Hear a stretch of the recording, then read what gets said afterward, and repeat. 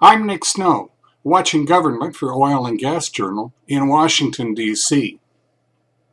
A federal government agency's scientists usually don't feel compelled to more fully explain the basis for their decisions.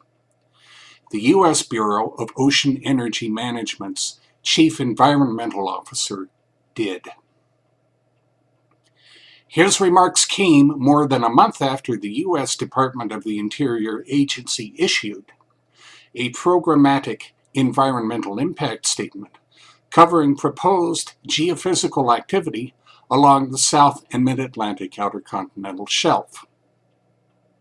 As a scientist who has spent a good part of my career working in non-governmental environmental organizations and in industry, I understand and appreciate advocacy, said William Y. Brown in the August 22nd edition of BOEM's Science Notes. At the same time, I believe that everyone benefits by getting the facts right.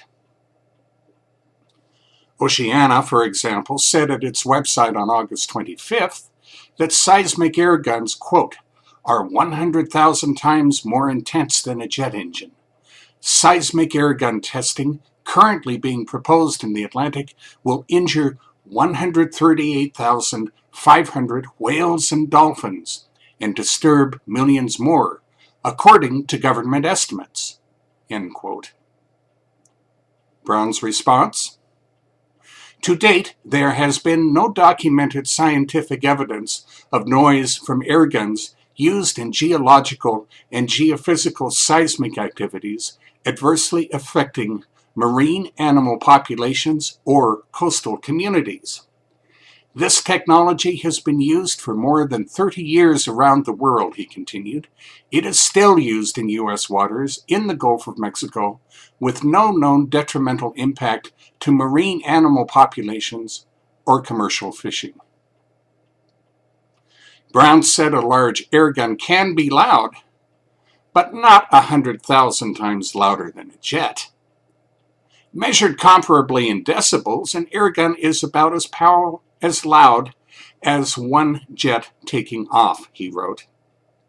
They are powerful, however, which is, quote, why mitigation measures, like required distance between surveys and marine mammals, and time and area closures for certain species, are so critical, end quote.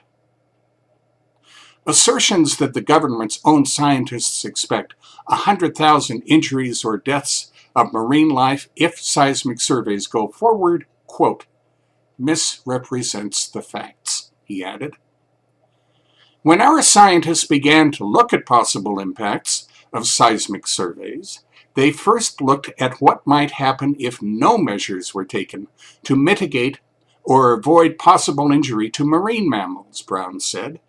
Next, they began to look at what could be done to avoid harm, such as avoiding migration routes and stopping surveys if vessels get close enough to marine mammals to possibly injure their hearing.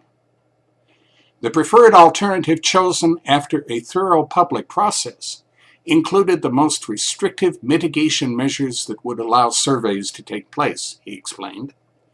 We expect survey operators to comply with our requirements, and if they do, seismic surveys should not cause any deaths or injuries to the hearing of marine mammals or sea turtles, Brown said.